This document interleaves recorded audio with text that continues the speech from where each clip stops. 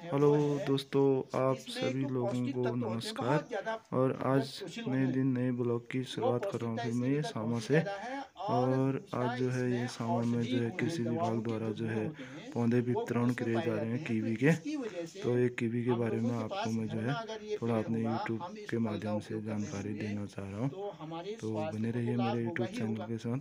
और और अगर जिस हमने भाई ने इसको जो है अच्छे साइज का बना सब्सक्राइब दिया, नहीं किया है तो वो करने बड़ा की साइज बना दिया, कष्ट बाजार में हमने कर इसको बेच दीजिएगा। दिया, तो और वहाँ जिसने से कर भी दिया ये उसके लिए अच्छी बहुत कीमत बहुत मिलती है। धन्यवाद। आज के दिन सेब के मुकाबले में इसमें ज़्यादा फायदा है यदि हम उसको सही ढंग से पौधे को पालें, उस पर काम करें।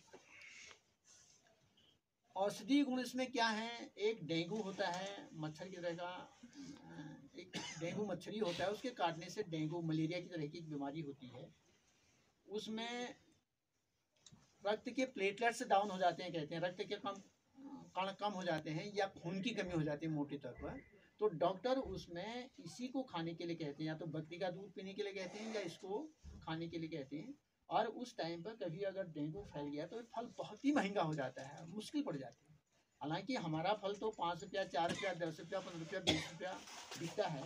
डेंगू के टाइम में अगर हम बाजार में खरीदे हैं तो पिछले 2 साल पहले लोग कह रहे थे 80-80 रुपये में एक दाना खरीदे। अब डॉक्टर ने कह दिया बीमारी में उसको काम आना है, तो मरीज तो खरीदेगा ही, उसको जीना है। तो इस तरह का फल है। दूसरा, रोग अवरोधक गुण भी पाया जाता है इसमें। बीमारियां इस फल के खाते रहने से कम होगी, कहते हैं। पेट साफ होता है, आंखों के लिए ठीक है, और शरीर में, त्वचा में चमक रहती है। हार्ट का जो पेशेंट होता है या ब्लड प्रेशर का होता है या डायबिटीज़ का पेशेंट होता है, उनके लिए भी अच्छा होता है। और जो गर्भवती महिलाएं होती हैं उनको भी अगर ये फल गर्भावस्था के दौरान खिलाएंगे तो बच्चा स्वस्थ पैदा होता है और उसको पोषण मिलता है, ये कहा जाता है। तो इस तरह से ये बहुत ज़्यादा फायदेमंद है। दूसरा, इससे हम जैम है, जेली है, अचार है, मुरब्बा है और जूस है, ये सारी चीज़ें भी बना सकते हैं। हिंदुस्तान में ये बहुत कम होता है। इससे पहले विदेशों से ही आता था, लेकिन अब यहाँ होने लग गया है। उत्तराखंड में भी अब काफ़ी जोर सरकार दे रही है। हिमाचल प्रदेश, जम्मू कश्मीर और अरुणाचल प्रदेश में ये फल पहले से ही होता है। इस समय सरकार का ध्यान इस ओर गया है। दूसरा, सरकार का ध्यान इस ओर जाने के पीछे कारण यह है कि इस समय जो उद्यान विभाग के सबसे बड़े अधिकारी हैं बजेजा जी, वो हिमाचल के हैं। हिमाचल में ये काफ़ी होता है, तो यहाँ आकर के उनका ध्यान इस फल को बढ़ावा देने की ओर है। दूसरा, यहाँ चूँकि हम लोग इसकी खेती कर रहे थे, कुछ दिनों से कर रहे थे, और यहाँ ये क्षेत्र काफ़ी हाईलाइट हो गया है। मतलब काफ़ी लोगों में ये हो गया कि यहाँ कीवी होती है, अच्छी कीवी होती है, बहुत होती है।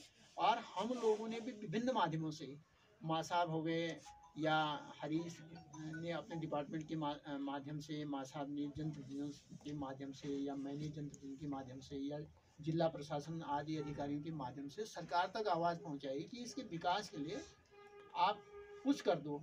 बहुत खर्चीला है, आदमी सामान्यतः लगा नहीं सकता है, पौधे की कीमत भी ज़्यादा है, एंगल गाड़ने में भी काफ़ी खर्चा आता है। तो सरकार ने इस समय कुछ योजनाएं चालू कर दी हैं जिसमें सरकार की ओर से काफ़ी मदद मिल रही है। अगर किसी के पास 20 नाली ज़मीन है या 2-3 लोगों के पास 20 नाली ज़मीन इकट्ठी है तो उसमें सरकार की ओर से 80% अनुदान मिल रहा है। हमको भी पैसा जमा करना पड़ता है, लेकिन सरकार की ओर से भी काफ़ी मदद मिलती है। तो ये सरकार का अपना प्रयास है। अब ये परंपरागत खेती वाला कार्यक्रम तो चल ही रहा था, जिसमें हम लोगों को इससे पहले ड्रम मिला, मशीनें मिली कुछ लोगों को, और उसमें बजट आया होगा। तो इस समय हमारे जो डायरेक्टर साहब हैं, निदेशक है पूरे उत्तराखंड के उद्यान विभाग के, जो मुखिया हैं, उन्होंने ये सोचा होगा कि हम 5-5 पौधा काश्तकारों को दे देते हैं और अधिक से अधिक लोगों तक पौधा पहुंच जाएगा, तो अधिक से अधिक लोग लगाएंगे और उत्पादन होगा, आर्थिक रूप से फायदा होगा। ये लक्ष्य बना करके इस पौधे की व्यवस्था की गई है। ये पौधा हिमाचल प्रदेश से मंगाया है। हिमाचल प्रदेश में हम तो कटिंग से पौधा तैयार करते हैं, तो हमारे यहाँ का पौधा छोटा होता है। जाति तो वही होती है, प्रजाति में कोई अंतर नहीं होता है, लेकिन क्योंकि हमारा पौधा तैयार करने का जो तरीका है वो कटिंग से है। कटिंग वाला पौधा इतने कटिंग बना करके हम ज़मीन में गाड़ते हैं और उसी से पौधा बनाते हैं। वो 1 साल में ही हम उस पौधे को दे देते हैं, तो वो पौधा छोटा होता है, उसकी जड़ भी छोटी होती है। जो ये पौधा आया होगा ग्राफ्टेड होगा, हाँ सर। ये कलम वाला होता है। बीज बो करके पहले साल पौधा तैयार करते हैं, फिर कलम चढ़ाते हैं, फिर दूसरे साल वो कलम चढ़ती है और 2 साल का पौधा होता है। तो ये पौधा बड़ा होता है, इसमें जड़ें भी बड़ी होंगी, अच्छा पौधा होगा। जाति में अंतर नहीं होगा लेकिन पौधे में अंतर होगा, ये अंतर रहता है। तो ये पौधा बाहर से मंगाया है। अब यहाँ पर दिक्कत क्या होगी, ये पौधा जो आया है हमको 5 पौधे मिल रहे हैं, तो 5 इसमें नर और मादा अलग अलग लगते हैं। नर फूल जैसे बंगाव में जो नर फूल केवल फूल हो ले ज्ञान न लगा, वही बात इसमें भी है। इसमें नर पौधे पर केवल फूल आएगा, उसमें फल नहीं लगेगा। बाकी 5 में से अगर किसी को एक नर मिलता है तो वो केवल फूलेगा, 4 जो मादा हैं उन पर फल आएगा।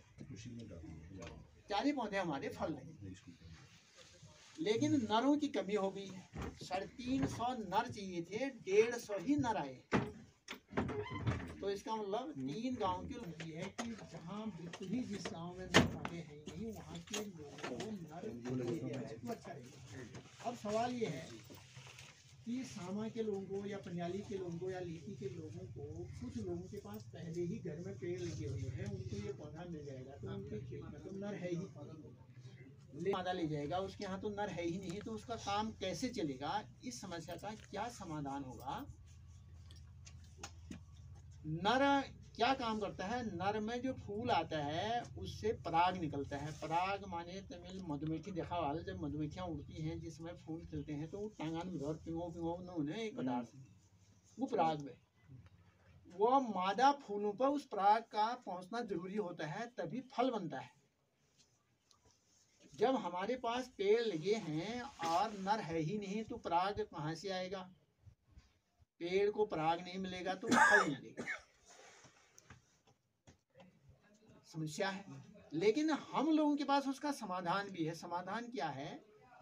हम अगल बगल में गांव में किसी के यहाँ भी नर फूल हमको मिल जाएगा, उसको हम तोड़ करके लाएंगे। हफ्ते में 2 दिन भी अगर हम ले आएंगे, एक फूल को ला करके हमारा जो मादा फूल होगा उसके मुंह पे हल्का हल्का टच कर देंगे, छू देंगे, हल्का सा रगड़ेंगे।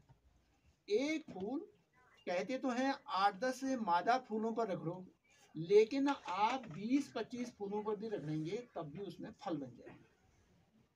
तो जब तक नर फूल की व्यवस्था आपकी नहीं होगी तब तक गांव में किसी के यहाँ भी फूला हो वहाँ से फूल लेकर के यह काम चला लेंगे। हर रोज, वैसे हम बगीचे में तो हम हर रोज करते हैं, लेकिन आप तीसरे, चौथे, 5वें, 6ठे दिन तक उस काम को कर सकते हैं। आज इतवार को मान लो किसी ने फूल मंगाया, कहीं से ले आए और अपने बगीचे में जो फूल खिले हैं उन पर टच कर दिया। फिर 4-5 दिन के बाद बुध, बृहस्पति, शुक्र, शनि तक किसी भी दिन फिर मांग करके ले आए, फिर जो नए फूल खिले हैं उनको टच कर दिया। जो मादा फूल है जिसको हम पराग दे रहे हैं, नर फूल का पराग दे रहे हैं, वो पूरा 1 हफ्ता पराग का इंतजार करता है, पूरा 1 हफ्ता। तो कहीं से हवा से, मधुमक्खियों से उसको पराग मिल गया, अच्छा है, नहीं मिला है तो हम इस पैसे दे देंगे कुछ दिनों के लिए। लेकिन जैसे नर के एक छोटा सा टुकड़ा लिया है ना, ये नानो हांग थोड़ा 5-6 इंच का या 8-9 इंच का, वो ला करके मादा की कोई शाखा काट दी, उसको वो कलम चढ़ा दे, वो पौधा नर पौधा भी रहेगा और मादा भी हो गया, नर भी हो गया, मादा भी हो गया। तो 2 तरीके हैं। कलम चढ़ाने के लिए नर की कटिंग गांव में कहीं ना कहीं मिल जाएगी, या कहीं ना कहीं पेड़ मिल जाएगा। पेड़ तो अब हमारी नर्सरी में होती ही हैं, लेकिन नर पेड़ों की हमारी कमी रहेगी। कटिंग के लिए बता देंगे? नहीं जरूरत नहीं। 5 पेड़ निकल गए ना, अब ज्यादा अब नर में मादा की कलम कर, मतलब ऐसा होता है नर ज्यादा निकल गए, उसकी शाखाओं को काट करके मादा की कलम चढ़ा दी। मादा ज्यादा हो गया, नर नहीं हुआ, कहीं से नर की कलम ला करके मादा की पेड़ पे या मादा की शाखा पे चढ़ा दी, और एक ही पेड़ पर नर भी हो जाएगा, मादा भी हो जाएगा। और कभी कभी एक ही पेड़ पर 3-3, 4-4 जातियों के कलम चढ़ा दीजिए, वो भी हो जाता है। तो थोड़ा सा ये काम करना पड़ेगा। और क्योंकि रांतिर में, गोगिना में, कीमू में आज तक कीवी लगाई नहीं, वो कहीं से नर फूल लाना भी चाहें तो उनको नर फूल नहीं मिल पाएगा। कहीं से कलम चढ़ाने के लिए नर की कटिंग लाना चाहते हैं तो कटिंग भी नहीं मिल पाएगी, इसलिए उन्हीं को दे दिया जाए तो अच्छा रहेगा। आप लोग 5-5 जो संकरे खेत हैं, संकरे खेत माने हमारे एक मीटर में 2 मीटर 3 मीटर 4 मीटर तक का अगर कोई खेत है तो उसमें केवल एक लाइन लगी। एक विधि ये जो रास्ता जा रहा है ये वाली तरफ की नाली है, यहाँ तक एक भी हो सकता है। हम केवल एक लाइन लगाएंगे 1 मीटर से लेकर के 4 मीटर। कहाँ लगाएंगे? बीचों बीच, खेत के बीच में। खेत के बीचों बीच, चाहे 4 मीटर तक खेत जितना भी चौड़ा। कहाँ पर गड्ढा बनाएंगे? ये खेत का किनारा है, इस खेत के किनारे से 4 मीटर छोड़ यहाँ तक 4 मीटर तो पहला गड्ढा यहाँ पर बनेगा। खेत के किनारे पर गड्ढा भी न बनाए। 4 मीटर नहीं छोड़ सकते तो 3.5 मीटर तो छोड़ना ही छोड़ना होगा। अच्छा ये है कि 4 मीटर पेड़ इस किनारे पर 4 मीटर छोड़ के, दूसरा पेड़ उस किनारे पर 4 मीटर छोड़ करके, बाकी पेड़ बीच में पेड़ों की बीच की दूरी 6 मीटर होनी चाहिए। ऐसा नहीं 4 मीटर पे लगाते हैं, 4.5 पे लगाते हैं, 5 पे लगाते हैं, 3 पे ऐसा कदा भी नहीं करते। अच्छा अब मान लो, कल्पना करिए हमारा 22 मीटर निकल गया, वहाँ से यहाँ की दूरी 20 की दूरी 22 मीटर निकल गई। 6 रखते हैं तो 6 कम 6 दूनी 12 6 3 पेड़ तो 6 मीटर पर आ जाएंगे। चौथे पेड़ के लिए 4 ही मीटर दिए तो गलत हो गया, दूरी की हमको 6 मीटर। तो हम क्या करेंगे? 4 मीटर को थोड़ा सा बढ़ा देंगे, इनको थोड़ा सा घटा देंगे। 1 मीटर चौड़ा 1 मीटर गहरा, उसको भरना है 2 या 3 टोकरी हड़ीपोर मिट्टी में मिलाते हुए गड्ढा भरना है। जब गड्ढा भरेंगे पूरे माट में भर ले वो जमीन से कम 5-6 इंच 1 फुट ऊपर आ जाएगा। एक तरीका तो यह है कि हम जमीन के लेवल पे ही भरें, बाकी मिट्टी छोड़ दें। दूसरा यह है कि हम पूरा भर दें चाहे ऊपर तक आ जाए। तो क्या करेंगे हम? आप लोगों की राय से ऊपर तक भर दें या जमीन के लेवल में? ऊपर तक।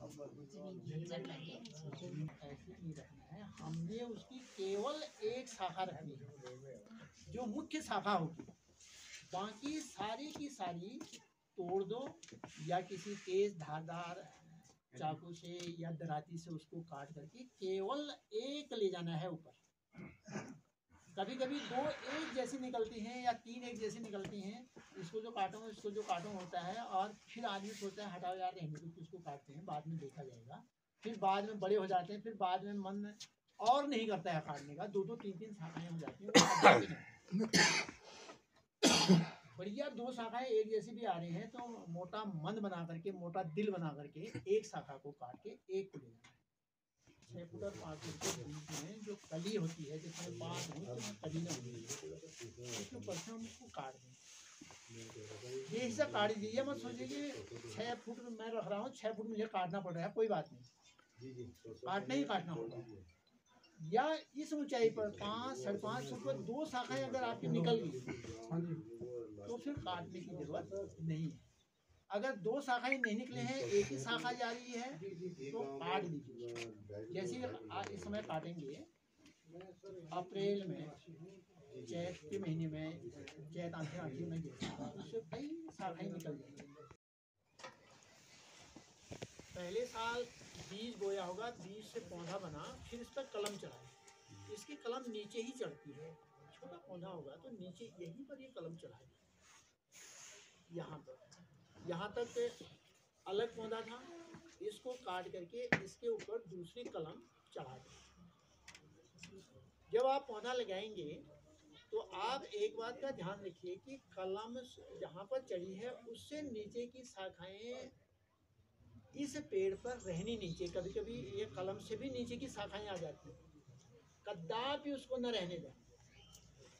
इससे नीचे से अगर कोई शाखाएं निकलेंगी उस पर पहले फल नहीं आएगा, फल आएगा भी तो वो अच्छा फल नहीं है। दूसरी बात, इसको जमीन में आपने कितनी गहराई पर गाड़ना है।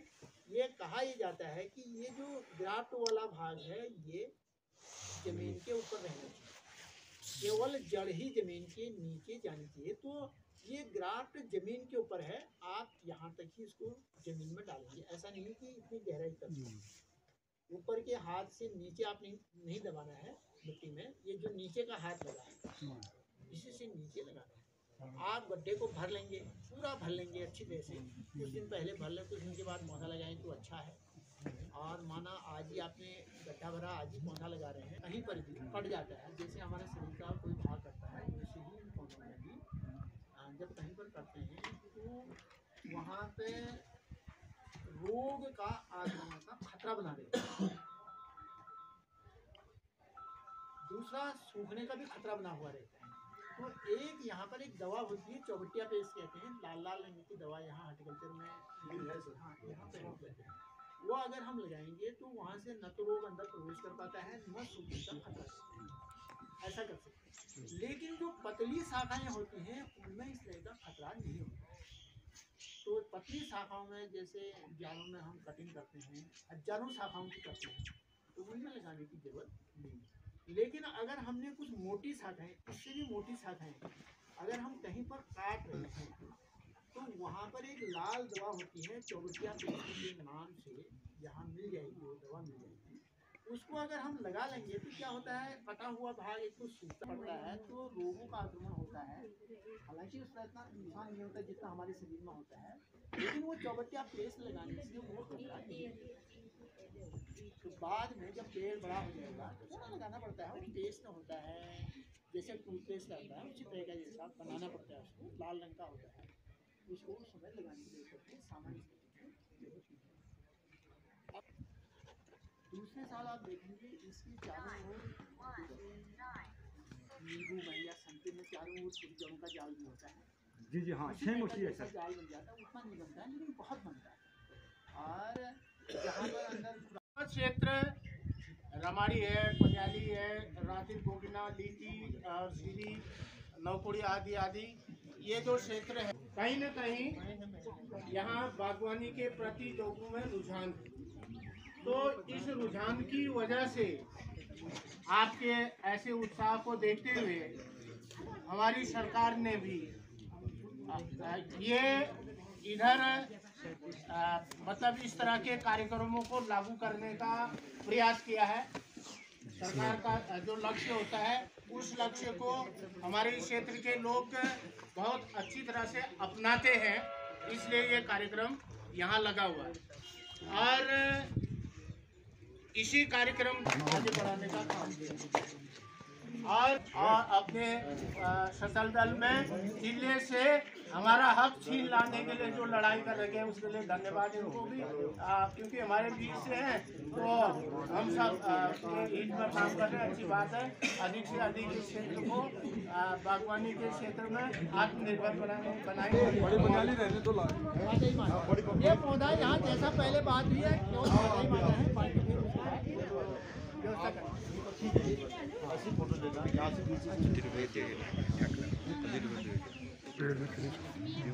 हम लोग आगे क्षेत्र में जाए यहाँ आ जाओ सभी लोगों का सहयोग है मेरे ऊपर। बांट दीजिए, आप बांट दीजिए, ये भी पकड़ लीजिए बाद में छोड़ो। एलिसन है वो अवार्ड है। चलो अभी जब बांट रहे हैं ना हमारे वाले दोनों में से आगे नीति आगे तो वही बांटेंगे, यही बांटेंगे, वहाँ क्यों बांटे हो, यही बांटो। दूसरा कौन है साथ में? नीति वाले बहुत जाओ भैया, नीति वाले साथ में और जाओ। हाँ ठीक है। तो दोस्तों हाँ हाँ किनारे पकड़ो जरा।